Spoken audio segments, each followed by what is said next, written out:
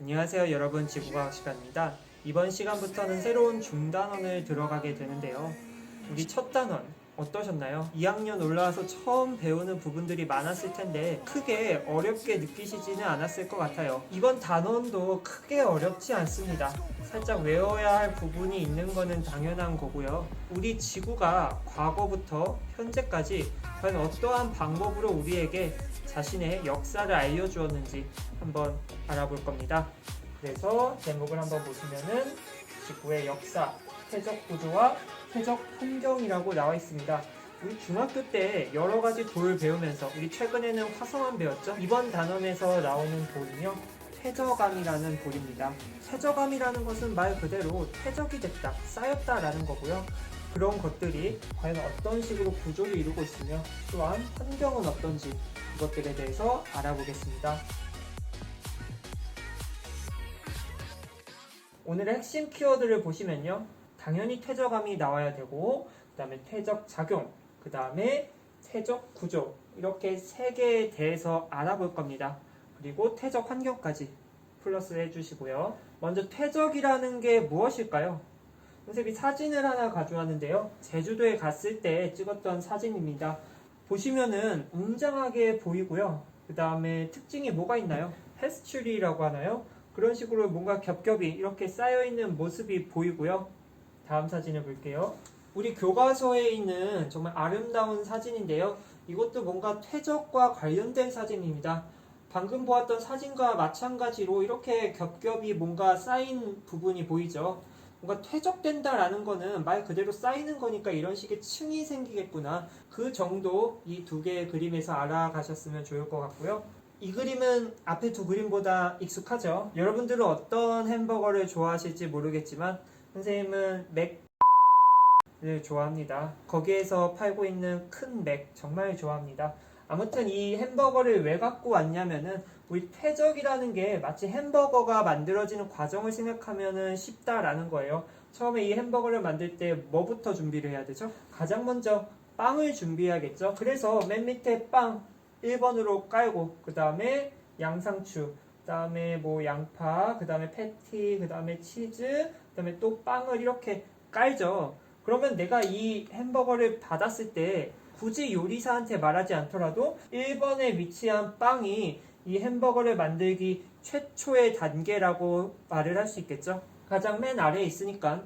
하지만 이 빵을 뒤집어서 이렇게 나에게 온다면은 이 맨 밑에 있는 게 아니라 맨 위가 이제 처음에 만든 거겠죠. 우리 퇴적도 마찬가지로 별다른 이유가 없으면은 이렇게 층층이 순서대로 맨 아래에 있는 애가 가장 오래된 애고 그다음 맨 위에 있는 애가 가장 젊은 애입니다. 그렇게 순서대로 퇴적될 수도 있지만 그렇지 않은 경우도 있다라는 거예요. 네, 그거는 아마 다음 시간 정도에 배울 것 같고요. 오늘은 퇴적암이 도대체 뭔지 그것들에 대해서 더 초점을 두고 오늘은 퇴적이 무엇인지 그거에 대해서 조금 더 초점을 두면서 진행을 해보도록 할게요. 퇴적암이란 무엇인가 한번 정의를 알아보고 가도록 할게요. 지표에 있는 암석이 풍화 침식 작용을 받아 만들어진 쇠설물,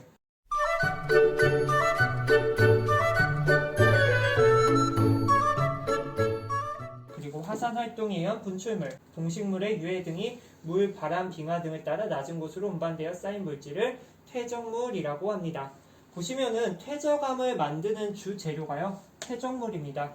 크게 세 가지 기원이 있네요. 첫 번째로 보니까 지표에 있는 암석이 풍화 침식 작용, 잘게 깨져서 그렇게 만들어진 쇠설물, 그리고 화산 활동에 의한 분출물, 그 다음에 동식물의 유해 등. 그러니까 이렇게 밑줄 친 세 가지 것들에 의해서 퇴적물이 만들어지고요. 그게 이제 어떠한 작용을 거치면은 돌이 된다라는 거예요.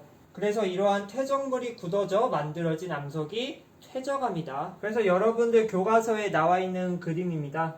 보시면은 풍화작용, 암석이 잘게 부서지고요. 그것들이 이제 뭐 바람이나 빗물에 의해서 이렇게 아래로 내려오게 됩니다. 그래서 침식과 운반작용이 있어요. 지표면이 깎이거나 퇴적물이 이렇게 물이나 바람 타고 내려오고 있습니다. 그리고 퇴적작용이 이제 일어나는데요. 우리가 배우는 퇴적의 거의 대부분이 물에서 퇴적이 된다라고 기억을 일단 해주세요. 그래서 이렇게 퇴적작용까지 나와 있고요.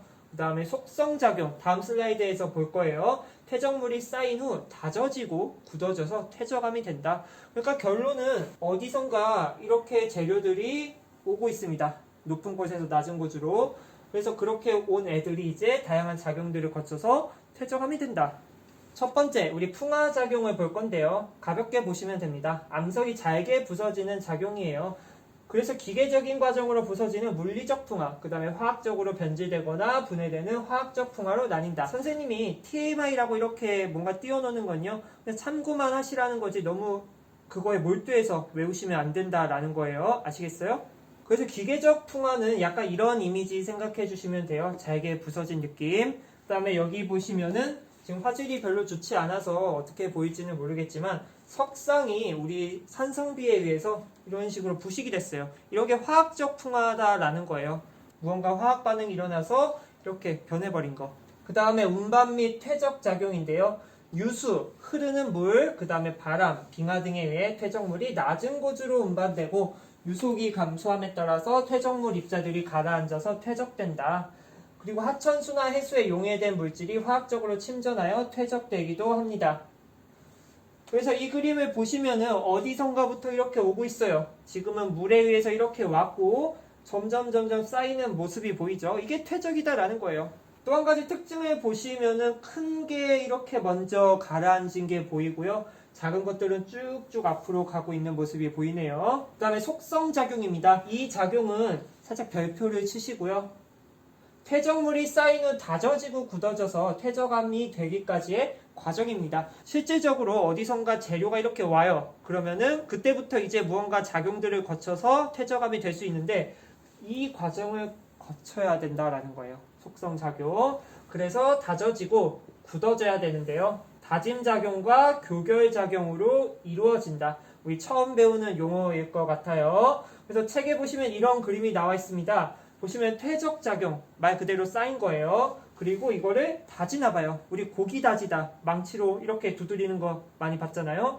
이런 식으로 다져줍니다. 그리고 교결작용, 다음 슬라이드에서 나오겠지만 교결작용은 시멘테이션 생각하시면 돼요. Cementation. 시멘트 생각하시면 됩니다. 길 가다가 공사판 표시해놓고 회색깔로 이렇게 표시되는 거 본 적 있잖아요. 시멘트.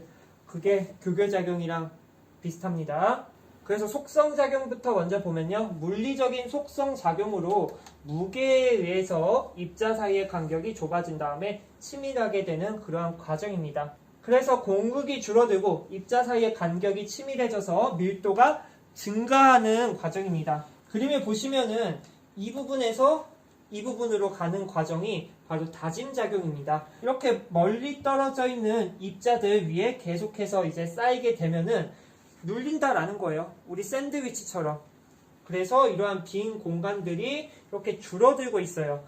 여기에 나온 이 공극이 뭐냐면은 이러한 빈 공간을 공극이라고 합니다. 공극.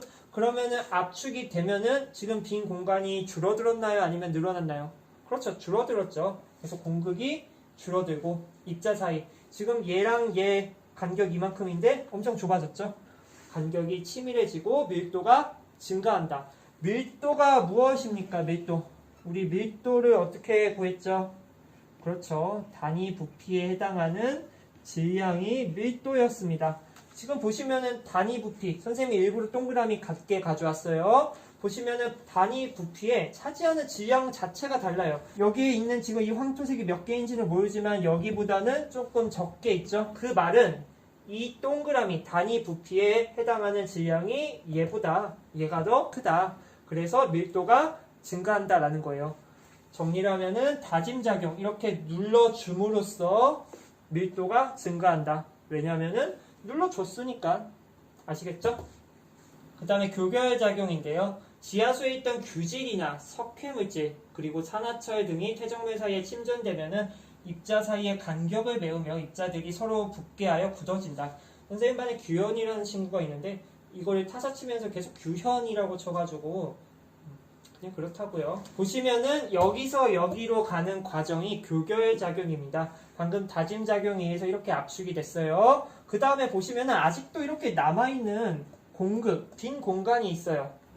그러면은 완벽하게 퇴적암이 될 수가 없어요. 왜냐면 이 빈 공간이 있음으로써 균열이 생기면은 돌멩이가 될 수 없잖아요.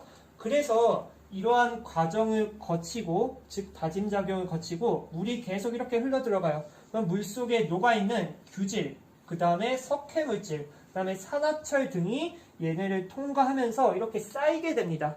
약간 빈 공간을 채워준다라고 생각을 하시면 돼요. 그래서 그러한 쌓임, 즉 침전이 되면은 입자 사이의 간격을 메우게 되며 입자들이 서로 엉겨붙게 됩니다. 그래서 굳어진다라는 거 아시겠죠? 이게 교결 작용이고요. 그 다음에 규질이라는 단어도 아마 처음 들어봤을 텐데 그냥 플랑크톤들이라고 생각을 하면은 편할 것 같아요. 우리는 생물학자들이 아니니까 디테일하게 갈 필요는 없고요. 그 다음에 석회물질 CaCO3 생각해 주시면 되고요. 그래서 이러한 속성 과정을 거치게 되면요, 드디어 퇴적암이 됩니다. 우리 교과서에 나와 있는 여러 개의 사진을 한번 볼게요. 구성물질 및 구성물질의 기원, 그 다음에 입자 크기, 화학 성분 등에 따라서 퇴적암을 분류할 수 있었습니다. 우리 화성암도 분류할 수 있었잖아요. 기억하시죠? 화산암, 신성암, 블라블라블라.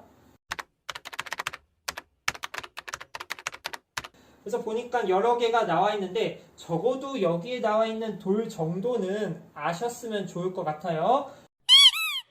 우리 은회암은 아마 처음 봤을 건데요. 얘는 화산재가 쌓여서 만들어진 돌입니다. 제주도에 갔을 때 아마 은회암층이라고 봤던 친구도 있을 거예요. 우리 은회암은 화산재가 쌓여서 만들어진 돌이고요. 그 다음에 여감, 우리 놀이터나 운동장에 많아요. 여감은 이렇게 자갈등이 박혀있는 돌. 살짝 입자 크기가 커 보이죠? 그 다음에 사암이 있습니다. 사암 모래사자예요. 모래사. 모래가 굳어져서 생긴 퇴적암. 그 다음에 암염. 암염은 NaCl 생각하시면 좋을 것 같아요. 우리 소금, 바닷물이 증발하고 남는 거. 그게 소금이죠. 그 다음에 석탄. 우리 석탄 식물이 죽어가지고 유해들이 쌓인 다음에 만들어진 게 석탄이고요. 그 다음에 척트, 그 다음에 석회암, 쉘 등이 있습니다. 다음 슬라이드에서 자세하게 알아볼게요. 그래서 이런 식의 표로 한번 정리를 해보려고 합니다. 여러분들 교과서에 이 표는 없지만 글로 아마 나열됐을 거예요. 한번 표 그려보시고 같이 써보면 좋을 것 같습니다. 보시면은 쇠설성, 화학적, 유기적 크게 이렇게 세 가지로 구분을 할 수 있습니다. 쇠설, 뭔가 분쇄시킨 다음에 쌓인다라고 생각을 하고요. 풍화와 침식도는 화산 분출로 생성된 퇴적암이다. 그래서 종류로는 여감이 있고요. 그 다음에 사암, 그 다음에 쉘, 그 다음에 은회암이 있습니다. 여감 방금 봤듯이 자갈 박힌 돌, 그 다음에 사암 모래, 그 다음에 쉘, 점토, 그 다음에 은회암, 화산재.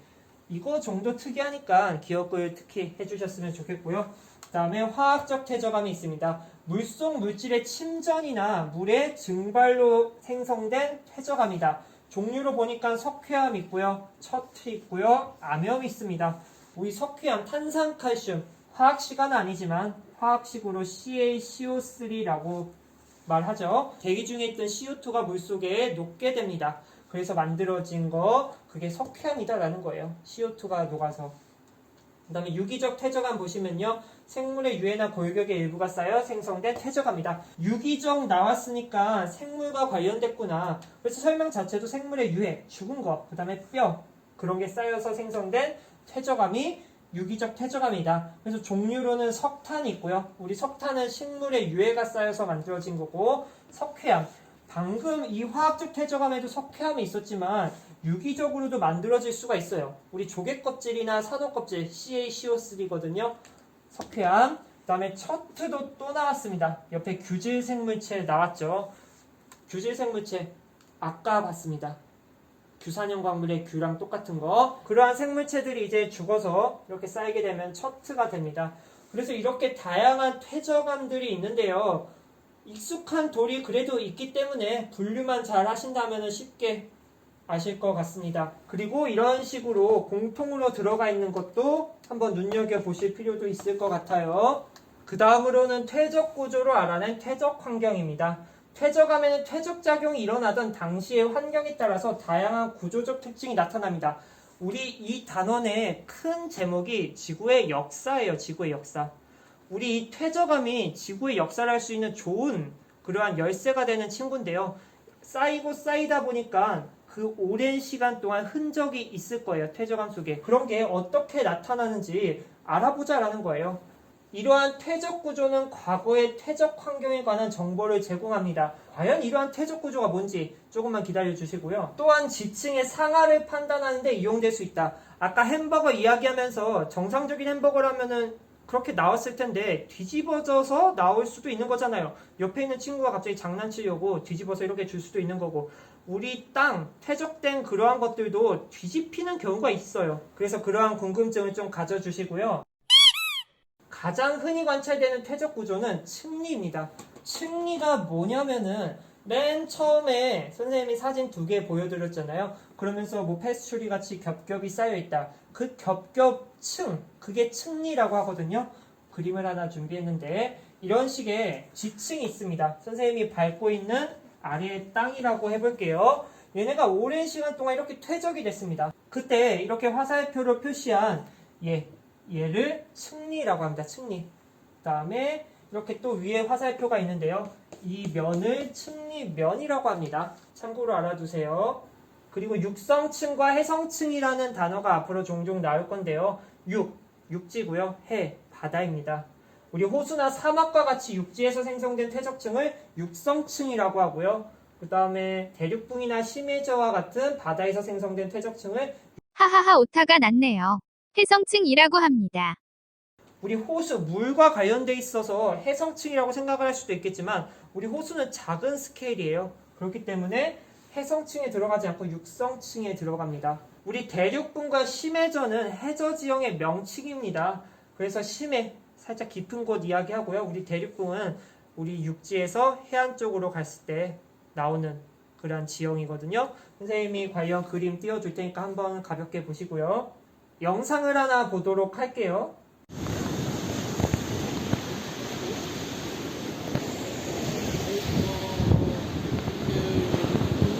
선생님이 제주도 가서 찍은 사진입니다. 이렇게 층리가 발달한 모습이 보이죠? 정말 거대한 그 퇴적 구조가 보입니다.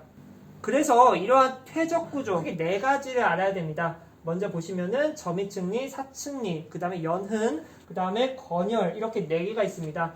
점이층리, 사층리, 연흔, 건열. 그래서 이 4개의 퇴적 구조를 가지고 당시의 환경을 알 수 있습니다. 만약에 내가 조사한 그 땅에 점이층리라는 구조가 나타난다. 그러면 이 점이층리에 해당하는 그 환경을 알 수 있다라는 거고, 사층리를 발견했다. 그러면 사층리에 해당하는 환경을 알 수 있다라는 거예요. 이제 하나씩 알아볼 겁니다. 먼저 교과서에 있는 사진을 한번 보도록 할게요. 여러분들 교과서에 나와 있는 그림인데 사층리, 점이층리, 연흔, 건열이 나와 있습니다. 그래서 그 밑에 이렇게 질문이 2개 나와 있을 거예요. 이 2개의 질문은 영상이 끝나고 꼭 한번 작성을 하시기 바랍니다. 꼭 한번 작성해 주세요. 꼭이라는 말 하면은 눈치 채셔야 되죠? 먼저 보니까 사층리, 우리 층리 알고 있죠? 이렇게 층층이 쌓인 건데 앞에 사가 있습니다. 이 사는 앞에 경을 붙여주면 좋을 것 같아요. 경사가 진 층리다. 보시면 이런 식으로 경사가 졌습니다. 우리 보통 층리라고 하면은 이런 건데 경사가 졌다. 그래서 얘는 사층리고요. 왜 경사가 졌을지 생각을 한번 해볼까요? 아무 일 없이 평탄한 삶이라면 이런 식으로 순차적으로 쌓이겠지만 이 쌓이는 과정 속에서 바람이 분다던가 그러한 변화가 있다면은 이런 식으로 경사가 지겠죠. 그 다음에 점이층리, 사실 처음 이 그림을 보면은 점이층리가 과연 뭔가 의문이 들 수도 있는데요. 위쪽으로 갈수록 입자의 크기가 점점 작아지고 있습니다. 아래는 이런 식의 큰 입자가 있는데요. 위로 갈수록 점점 작아지는 모습이 보여요. 이러한 구조를 점이층리라고 합니다. 그 다음에 연흔이 있습니다. 흘러가지고 생긴 흔적이라고 생각하면 좋을 것 같아요. 얘는 물이 이렇게 흐르다가 흔적을 남긴 거예요. 그리고 얘는 건열입니다. 건열. 우리 건조해가지고 균열이 생긴 거다. 그렇게 일단 이미지를 그려보시고요.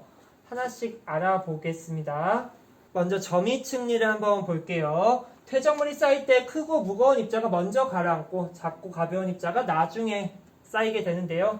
한 지층 내에서 위로 갈수록 입자의 크기가 작아지는 퇴적 구조를 점이층리라고 합니다. 무거운 입자가 먼저 가라앉는 그러한 환경, 우리 물속 생각하시면 되거든요. 아까 물이 이쪽으로 오면서 크고 무거운 애들이 먼저 쌓이는 거 보셨죠? 그러한 환경에서 점이층리가 발달할 수 있다라는 거고요.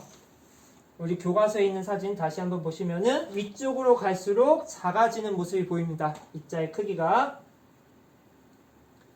그래서 수심이 비교적 깊은 곳에서 크기가 다른 퇴적물이 쌓일 때 크기가 큰 입자가 먼저 가라앉고요. 그 다음에 점점 더 작은 입자들이 가라앉아서 형성이 된다. 그래서 이런 식으로 많이 표현을 해요. 아래가 이렇게 굵고 무거워 보이는 입자들 걔네가 있고요. 위로 갈수록 점점 작아지는 거. 그 다음에 또 한번 쌓이고 또 무거운 애들 있고 이렇게 위로 갈수록 작아지는 모습. 이게 점이층리를 표현한 겁니다. 그러면 아까 이 퇴적 구조 가지고 환경도 알 수 있고 지층의 상하 여부도 알 수 있다라고 했거든요. 만약에 정상적인 상태라면은 이게 점이층리다. 그러면은 무겁고 큰 애가 이렇게 아래에 있어야 되는데 이런 식의 그림이 주어졌다라고 생각을 해봅시다. 어떤 그림이냐면은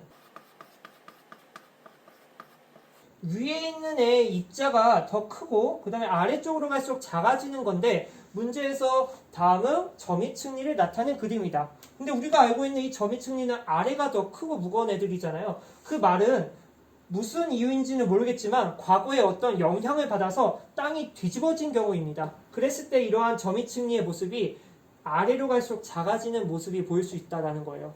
아시겠어요? 그래서 지층의 상하 판단을 알 수 있다라는 거예요. 이 점이층리가. 그리고 여기에 환경이 이렇게 나와 있죠. 수심이 비교적 깊은 곳에서 점이층리가 발견된다. 그 다음에 사층리입니다. 수심이 얕은 곳이나 바람의 방향이 자주 변하는 환경에서는 층리가 나란하지 않고 엇갈린 구조가 생기는데 이를 사층리라고 한다. 층리, 이렇게 층층이 쌓인 애가 경사졌다. 그게 사층리입니다. 그래서 수심이 얕은 해안, 그리고 강 주변, 모래가 쌓여 큰 언덕을 이루는 사막 등에서 형성이 된다. 우리 퇴적 환경 이렇게 알려주고 있고요. 사층리의 기울어진 방향은 물이나 바람의 방향을 나타낸다. 우리 교과서에 있는 그림을 또 한번 가져왔는데 보시면 이렇게 경사가 졌습니다. 사층리입니다. 사층리. 그리고 여기도 경사가 이렇게 졌고 여기는 살짝 평평하네요. 그리고 여기도 이렇게 경사가 졌죠. 그래서 이러한 게 사층리라는 겁니다. 사층리. 사막이나 수심이 얕은 곳, 퇴적 환경이죠. 그리고 바람이 불거나 물이 흘러가는 방향 쪽에 비타민의 입자가 쌓일 때 형성이 된다. 보시면 바람이 이쪽 방향으로 불고 있어요. 그랬을 때 경사가 이런 식으로 나타나는 모습이 보이죠. 그래서 사층리를 이렇게 표현을 합니다. 층리처럼 이렇게 일자로 표시하는 게 아니라 살짝 경사가 진 것처럼 이렇게 표현하는 거 사층리 꼭 기억을 해주세요. 그래서 층리면이 아래쪽으로 오목하게 들어가면 위쪽으로 갈수록 기울기가 증가하고 층리폭이 커진다. 위쪽으로 갈수록 지금 기울기 점점 증가하고 있잖아요. 기울기가 위쪽으로 갈수록 이렇게 증가하고 있고 폭 자체도 커지고 있죠. 그래서 바람의 방향에 의해서 이렇게 경사 방향까지 정해지기 때문에 지층의 상하 판단 또한 할 수 있습니다. 어떻게 하냐? 만약에 지층이 뒤집어졌다. 그러면 이 그림을 이렇게 뒤집어서 나온 그림이 보이겠죠? 그래서 사층리 또한 지층의 상하 판단할 수 있고요.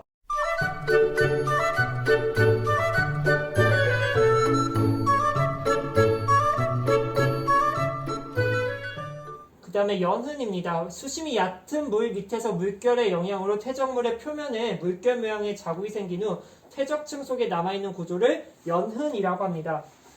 그래서 그림을 보시면은 이렇게 연흔 모습이 보이고 있어요. 주로 수심이 얕은 물 밑에서 형성되면 파도처럼 물의 흐름이 양쪽 방향으로 반복적으로 나타날 경우 대칭 형태를 보이고 유수, 흐르는 물처럼 한쪽 방향으로 나타날 경우 비대칭 형태를 보인다. 살짝 TMI인 부분이고요. 우리 수심이 얕은 물 밑에서 형성된다. 그리고 물결 모양의 흔적, 그게 연흔이다라는 거. 보시면 이런 식으로 물의 흐름 때문에 뾰족한 모습도 보이죠? 연흔입니다. 연흔. 그래서 이 그림을 기억해 주시고요. 마찬가지로 얘도 지층의 상하 판단을 알 수 있습니다. 이 뾰족한 부분이 지금 이런 식으로 나와 있는데 이런 식으로 뒤집어져서 나온다면은 얘는 과거에 한번 뒤집어졌구나. 그것을 알 수 있다라는 거예요. 그러니까 항상 이 기준이 되는 방금 점이층리, 사층리, 연흔, 뒤에 나올 건열도 이 기준이 되는 그림을 하나 기억을 하시고 그 기준이랑 뭔가 다르게 나왔다. 그러면 얘는 역전이 됐다. 그렇게 생각을 해주시면 됩니다.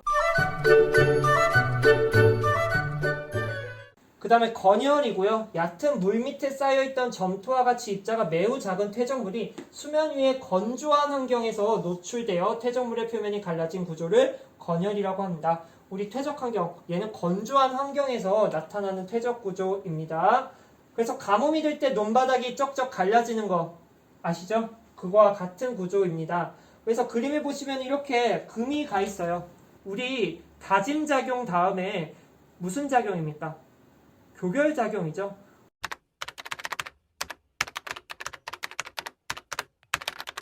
빈 공간을 물이 흐르면서 엉겨 붙게 하는 물질들이 침전되는 거잖아요. 그러한 틈에 물 또한 남아 있습니다. 그러한 물들이 건조한 환경에서 증발이 된다면은 이런 식으로 갈라지게 된다라는 거죠. 그게 건열이다라는 거. 그래서 증발이 일어나거나 지각이 융기하여 습한 진흙이 건조한 대기에 노출되면서 어쨌든 간 건조한 환경에 노출이 되면은 이런 식으로 균열이 일어납니다. 그래서 여기에 그림이 나와 있습니다. 단면은 쐐기 모양으로 위쪽이 넓고 아래쪽으로 갈수록 뾰족한 모습이 보이죠. 그래서 건열을 이런 식으로 많이 표현을 합니다. 마찬가지로 그림이 이렇게 뒤집어져서 나오면은 얘는 과거에 한번 뒤집어졌구나. 얘도 상하 판단을 알 수 있습니다. 지금은 처음 배우는 거니까 먼저 그림에 익숙해지시고 용어에 익숙해지셔야 됩니다. 그래서 이렇게 4가지 퇴적 구조 배웠습니다. 사층리, 점이층리, 건열, 연흔 이렇게 4개 배웠고요. 방금 보았더니 4개만 봐도 하나는 수심이 깊은 곳, 하나는 수심이 얕은 곳, 또 어떤 데는 사막, 또 어떤 데는 건조한 곳 이런 식으로 환경들이 다 달랐습니다. 그래서 이런 식으로 퇴적 환경에 따라서 다양한 돌과 퇴적 구조가 나타나는데요. 이 부분은 사실 정말 TMI라서 내년에 여러분들 고3이 된다면은 이거를 더 깊게 보시면 좋을 것 같고요. 지금 2학년이니까 이 부분은 선생님이 추가적으로 영상을 올릴 거니까 그거를 참고해 주시고 일단 이 강의에서는 넘어가도록 할게요. 그래서 이러한 퇴적 지형이 한반도에 있다라는 거예요. 우리 화성암 배울 때도 한반도의 화성암 지역 알아봤었죠. 이렇게 퇴적 지형이 한반도에도 있습니다. 보시면은 화성시 시화호에 가면은 중생대 백악기 형성된 여감, 사암 등 퇴적암 지층에서 다량의 공룡알 화석과 공룡뼈 화석이 발견된다. 우리 아직 배우지는 않았지만 중생대 이거는 알잖아요. 그리고 중생대에 더 디테일하게 나는 백악기라는 게 있습니다. 이 시기에 형성된 여감, 우리 여감 뭐였죠? 빨리 생각해 볼까요? 자갈 박힌 돌, 그리고 모래, 사암, 그러한 퇴적암 지층에서 다량의 공룡알 화석과 공룡뼈 화석이 발견된다. 우리 시화호에 가보신 분들이 있을지는 모르겠어요. 이러한 시화호가 퇴적 지형인데요. 거기에 가시면은 여감, 사암 등의 퇴적암들이 있고 공룡의 흔적, 화석도 발견할 수 있다라는 거예요. 우리 뒤에서 배우겠지만 우리 퇴적되는 과정 속에서 만약에 동식물들이 죽는다. 그러면은 그러한 흔적들이 화석으로 남는 겁니다. 그 말은 우리 퇴적 가지고 지구에 역사할 수 있다라고 했잖아요. 퇴적되는 그 환경도 알 수 있고요. 만약에 그 퇴적되는 층에서 이러한 화석들이 발견된다. 그러면 이 돌은 과거에 중생되었구나, 고생되었구나 그런 시기까지도 알 수 있다라는 거예요. 더 나아가서 그 돌에 있는 방사성 동위원소라는 게 있습니다. 이것도 뒤에 가서 배울 거지만 이러한 방사성 동위원소, 반감기를 이용하면은 그 암석의 절대 연령, 즉 그 돌의 나이가 몇 살인지까지도 알 수 있습니다. 그러면은 지구의 역사 알 수 있겠죠? 퇴적이라는 거 하나로. 그 다음에 강원도 태백시 구문소가 있습니다. 고생대 바다에서 퇴적된 석회암층으로 이루어진 구문소 주변에는 연흔과 건열을 쉽게 찾아볼 수 있다. 그냥 이러한 다양한 지형들이 한반도에 있다라는 거. 그 다음에 채석강입니다. 중생대 후기 호수 밑바닥에서 생성된 후 오랜 세월 파도에 침식되어 드러난 퇴적층이 시루떡처럼 차곡차곡 쌓여있다. 우리 시루떡 어떻게 생겼나요? 갑자기 시루떡이 먹고 싶은데 우리 시루떡 이렇게 생긴 떡이거든요. 네, 시루떡 같이 그렸어요. 다음에 제주도의 수월봉. 우리 기억나시려나 모르겠어요. 여기에 선생님이 단체 사진 한번 띄워줄 거거든요. 둘레 한번 돌았습니다. 수월봉. 우리 화산활동. 아까 화산활동 화산재 쌓여서 생긴 돌 뭐라고 했죠? 응회암이라고 나와 있습니다. 여러분들은 관심이 없겠지만 저가 여기를 돌 때 편마를 한번 봤습니다. 응회암층. 응회암으로 쌓인 층이다 라는 거. 그래서 이 수월봉에 화산재가 겹겹이 쌓인 층리를 이루는 모습 볼 수 있습니다.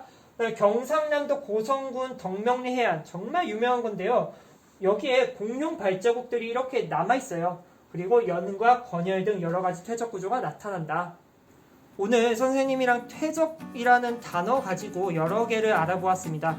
퇴적암, 그 다음에 퇴적 구조, 그 다음에 퇴적 환경까지 알아보았는데요. 사실 이 부분은 조금 더 디테일하고 자세하게 나가야 될 부분이 있습니다. 그러한 부분은 나중에 문제 풀면서 더 살을 입히도록 하고요.